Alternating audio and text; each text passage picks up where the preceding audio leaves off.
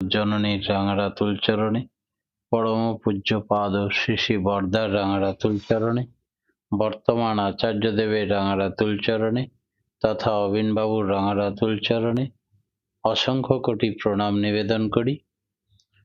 আজ অনলাইনে যুক্ত ঠাকুরের পূত পবিত্র পাঞ্জাধারী কর্মীগণ এবং অমৃত পথযাত্রী দাদা ও মায়েদের যথাযোগ্য স্থানে আমার সশ্রদ্ধ আনন্দিত জয়গুরু এবং প্রণাম জানাই।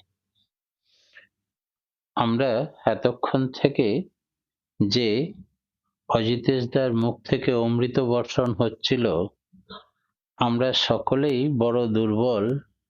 ঠাকুরের জন্মস্থান জন্মভূমি সেখানকার মানুষকে পেলে আপ্লুত অভিভূত হয়ে যায়। প্রত্যেকের আমাদের নেশা ঠাকুরের জন্মস্থান একবার পরিদর্শন করার। সেখানকার মাটি পেলে, পদ্মার জল পেলে আমরা যত্ন করে মাথায় ঠেকিয়ে রাখি। তাই আমাদের সেই স্থানে যাওয়ার আহ্বান জানালেন তিনি। অপূর্বভাবে ইষ্ট প্রসঙ্গ করলেন। পরম পিতার পরম ভক্ত, আদরের কর্মী, এরপরে আর কিছু বলার থাকে না।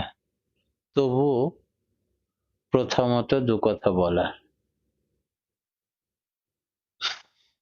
শ্রী শ্রী ঠাকুরের ভালোবাসায় সব হয়।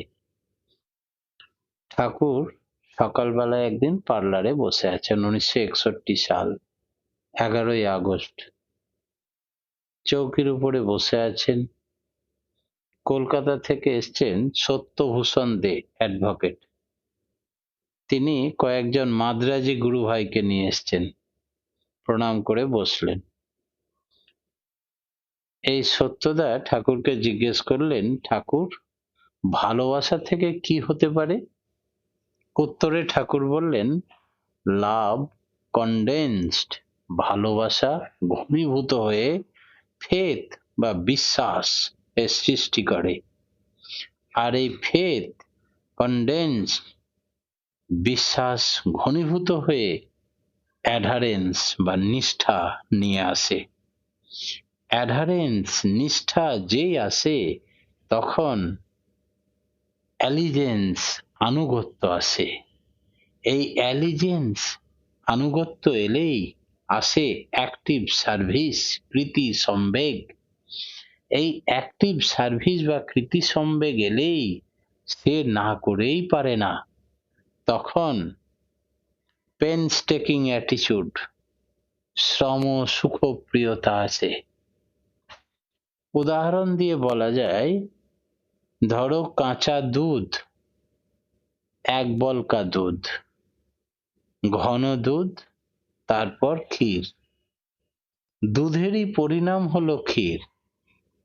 সুনিষ্ট হলে চিন্তাগুলি মোল্ড বা বিন্যাস হতে পারে। ভ্রান্তিগুলি ত্যাগ করতে করতে, বুঝতে পেরে যখন সেগুলি নিয়ন্ত্রণ করতে পারে, তখন সূক্ষ্ম দর্শন, স্কিন অবজারভেশন, এই কিন অবজারভেশন আসে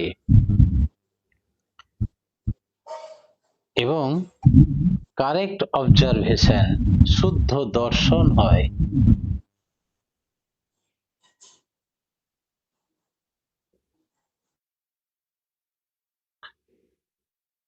কারেক্ট অবজারভেশন এইভাবে ভালোবাসার দানা বেঁধে ওঠে। আর এই ভালোবাসা দানা বেঁধে গেলে, প্রিয় পরম যদি তাকে ধরে, মারে, ঘাড় ধরে বেরও করে দেয়, তাতেও সে নড়ে না, কিছুই মনে করে না। সে রাজি থাকে। তার জন্য তাকে সেবা করে তৃপ্তি পায়। মেয়েরা যেমন বলে, আমার বাঁচতেই হবে, কারণ আমার শিশুটার কি হবে, কেমন করে সে বাঁচবে চলবে, সেই জন্যে সব সহ্য করে আমাকে বাঁচতে হবে। এই ধারণ পালনী সম্বেগ যতক্ষণ ইনভক, আহ্বান করি, গড, ঈশ্বর কথার মূল ধাতু হলো হু, আর হু মানে আহ্বান করা।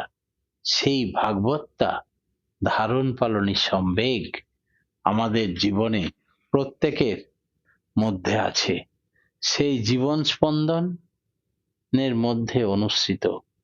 আমি তাকে আহ্বান করব আরো ভাবে, তবে আমি আমন্ত্রণ করব তাকে আমার অন্তরে। যত বাদই থাক, জীবনের মতো বড় বাদ আর কিছু নেই।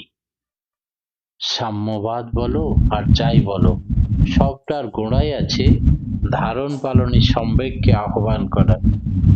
অনিমেষ দা বন্ধ করুন, অনিমেষ দাকে বন্ধ করে দিন তো।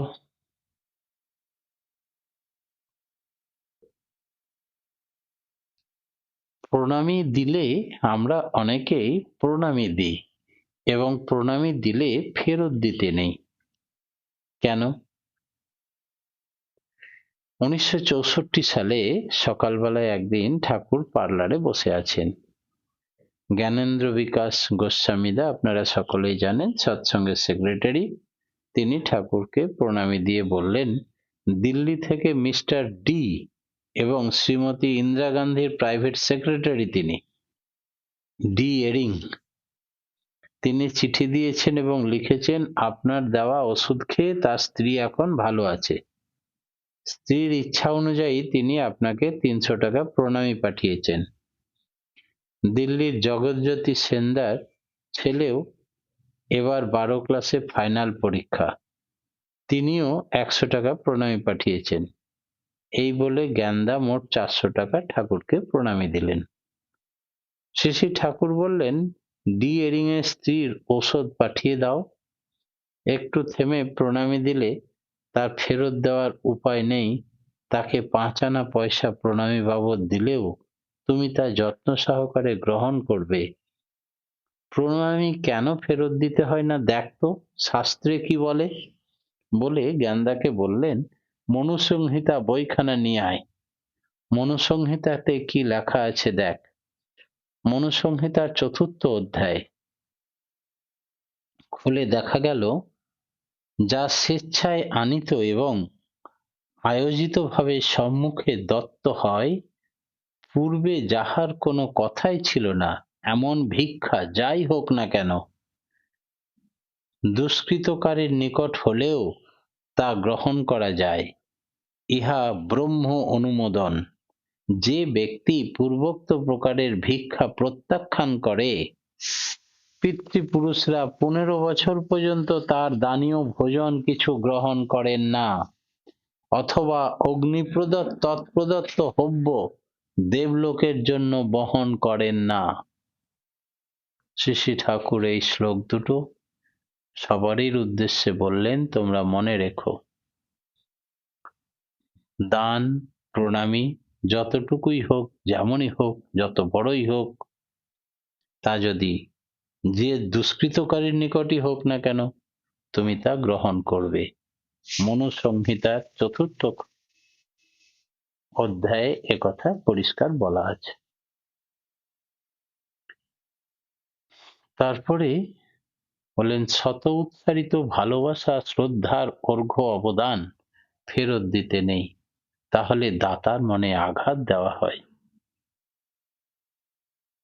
শ্রী শ্রী ঠাকুর আমাদের প্রত্যেককে জানাতে চাইলেন, আমাদের পূর্বপুরুষ অর্থাৎ আর্যরা কোথা থেকে এসছেন এবং আমরা কোথা থেকে এসেছি। ঠাকুরের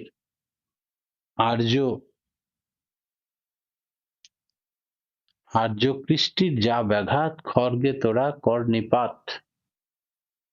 তাই হিন্দু কথাটা পছন্দ না করে শ্যামাপ্রসাদ মুখোপাধ্যায়কে বলেছিলেন, আপনি আর্য কথাটা ব্যবহার করুন, তাহলে সবাই এর মধ্যে এসে যাবে।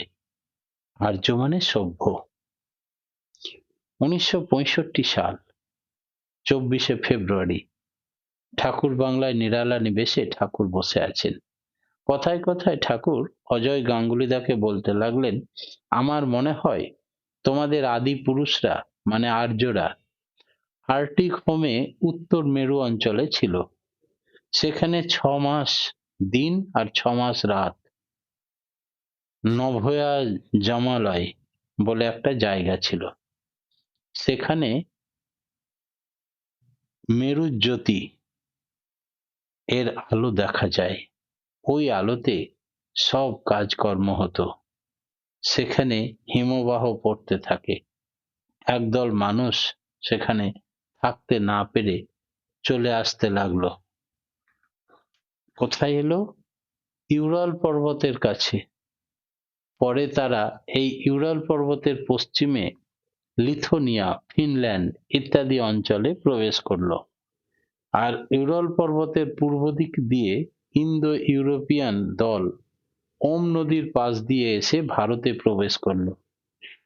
জামল কথাটা যমল থেকে এসছে। যমল মানে যুগ্ম, জোড়া। মানুষ নবযামল, নভয়া, যমালয় ও সুবর্ণ যামলে উত্তর মেরু অঞ্চল ও দক্ষিণ মেরু অঞ্চলে ঘরবাড়ি করলো। সেখানে থাকতে না পেরে বিভিন্ন দিকে ভাগ হয়ে গেল। তাই মনে হয় রাশিয়ানরা অর্থাৎ ইন্ডিয়ানদের মধ্যে এই লিথুয়ানিয়ান সবাই এক স্ট্রোক, একগুচ্ছ ভাবে আগে থাকতো। ঠাকুর কোনো স্টেটের মানুষকে বাদ দিতে বললেন না। ভুটান, নেপাল, মণিপুর, আসাম সর্বত্র যেন সকলেই পরমপিতার আশীর্বাদ থেকে বঞ্চিত না হয়, সেই উদ্দেশ্যে সর্বেশ্বর দোলেদা ঠাকুরের খুব ভক্ত ছিলেন। তিনি ছিলেন ডিভিশনাল ফরেস্ট অফিসার। তিনি মিরি সম্প্রদায়ের মানুষ। পরিবার সহ একবার দেওঘরে এসেছেন। মিরি সম্প্রদায়ের বহু মানুষকে তিনি সৎ নামে দীক্ষা দেন।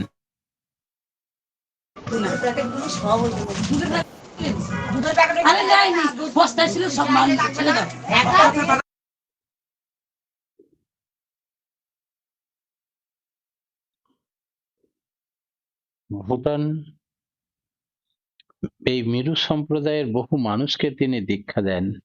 তিনি অনেক দাদাকে ভুটান থেকে দেওঘরে ঠাকুর দর্শনে নিয়ে আসেন এবং একখানা ওড়না দিয়ে তিনি ঠাকুরকে প্রণাম করে বললেন, ঠাকুর, ভুটানের মহারাজা জিগমি দর্জি ওয়াংসুকের সঙ্গে সাক্ষাৎ করি, তাকে আমি ঠাকুরের কথা বলি, আদর্শের কথা বলি, অনেক যাজন করি। তিনি আপনার শিষ্য, আমি আপনার শিষ্য, একথা নিবেদন করি, আমার সাধ্যমতো যাজন করি। তিনি খুব খুশি হন। সেই রাজা একখানা ওড়না আপনার জন্য পাঠিয়েছেন। ভুটানি ভাষায় এই ওড়নাকে খাদা বলে। এটা দিয়ে শ্রেয়জনকে অভ্যর্থনা করা হয়। আমি মহারাজার শ্রদ্ধা এই ওড়না আপনার জন্য বহন করে নিয়ে এসেছি। ঠাকুর খুব খুশি হলেন এবং সেই ওড়নাটি গ্রহণ করলেন